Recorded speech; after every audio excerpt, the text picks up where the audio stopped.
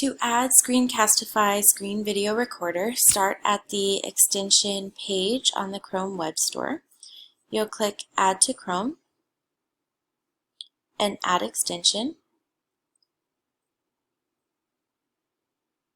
You'll see the icon in the browser bar show up where it says Screencastify, Click this puzzle piece to see your extensions that you've added, and click this little pin so that it shows up in your browser bar now to make sure you can see the extension when you need it. Click the extension icon again and you will get this startup. Click Sign in with Google.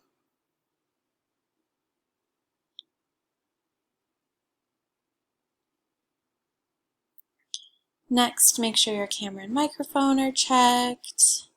Allow for your camera and microphone, and now Screencastify is set up. You can watch these tutorial videos on how to make Screencastifies and to get started.